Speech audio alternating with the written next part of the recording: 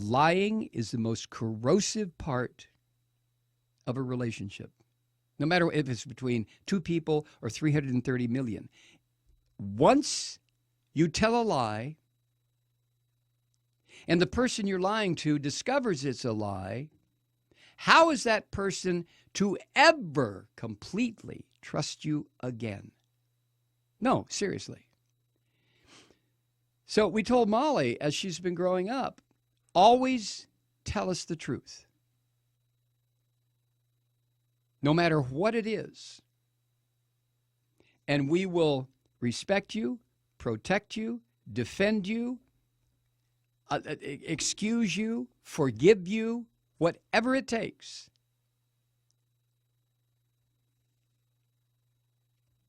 And it seems like some of that penetrated into Molly's developing brain, because she doesn't lie. Does she, Kathy?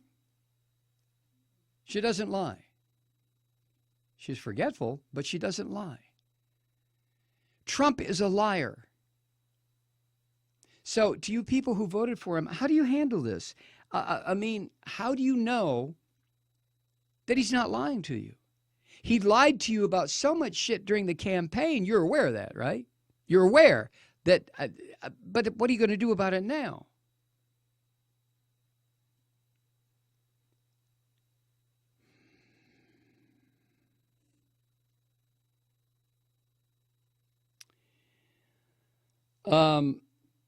Trump got back to the White House for this meeting with the British Prime Minister, and he got back late, just like Sean Sphincter said. And during the flight from Philly to D.C., Sphincter said that Trump would sign a document that would, quote, follow up on the announcement yesterday to better understand voter fraud, end quote. But, you know, the numbers thing to this psycho, and there's no doubt anymore. I hope even you people who voted for him, you understand, you voted for a psychopath. You really did. This fixation he has on numbers, and the reason he has the fixation is because he has to be the winner. He has to, no matter what. If 500,000 people showed up for his inauguration, he can't stand that. It's got to be 1,500,000. Everything has to be bigger and better because he is such a puny little shit. A puny little shit who he and his old man built their fortune on scamming people, being racist, bankrupting, throwing people out of work, scamming that whole, and it deserves to be scammed, that whole debt Wall Street bullshit gang who say, oh, yeah, let's have lots of debt. We're not going to have to pay for it when it all collapses. The American people will pay for it. That's what Trump is. He's nothing. He's nothing. But he happens to be the president right now. Oh, God, I almost choked on that one. Let me get this vomit out of my throat. And then there's this, which just about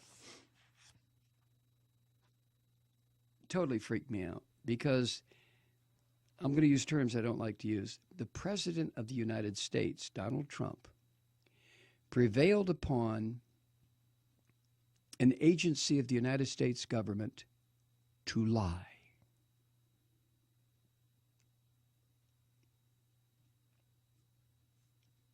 The story is, on the morning after Trump's inauguration, Acting National Park Service Director Michael T. Reynolds received an extraordinary summons. The new president wanted to talk to him. In a Saturday phone call, while 3 million Americans and God knows how many around the world were demonstrating against this fascist pig, in a Saturday phone call, Trump personally ordered Michael T. Reynolds to produce additional photographs of the previous day's crowds on the mall, according to 3 individuals who have knowledge of the conversation. He wanted the head of the National Park Service to make shit up.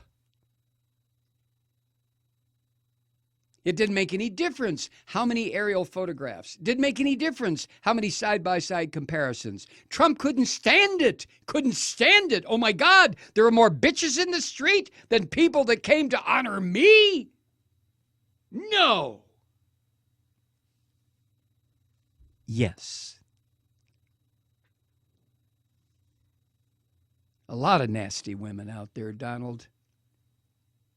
And a lot of them would probably thrill to the idea of slicing your nutsack off. You have pissed them off so badly.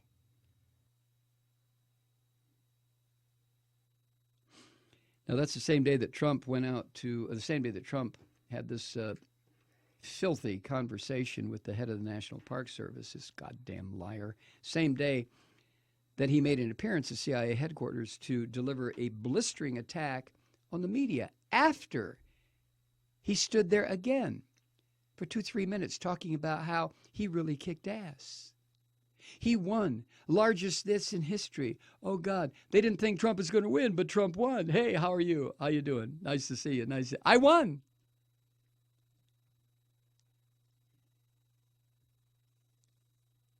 And he delivered, while he was there, a blistering attack on the media for reporting that large swaths of the mall were nearly empty during the event.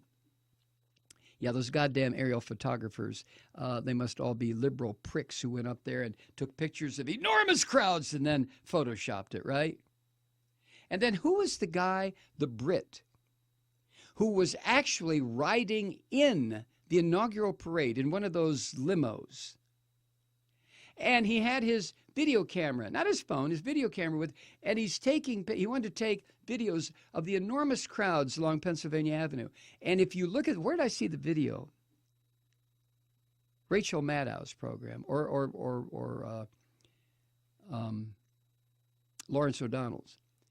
But here's this video. It goes on, and you see grandstands, and you see maybe clutches of maybe 20, 30, 50, 10, 8 people scattered watching the parade. The guy's in the parade.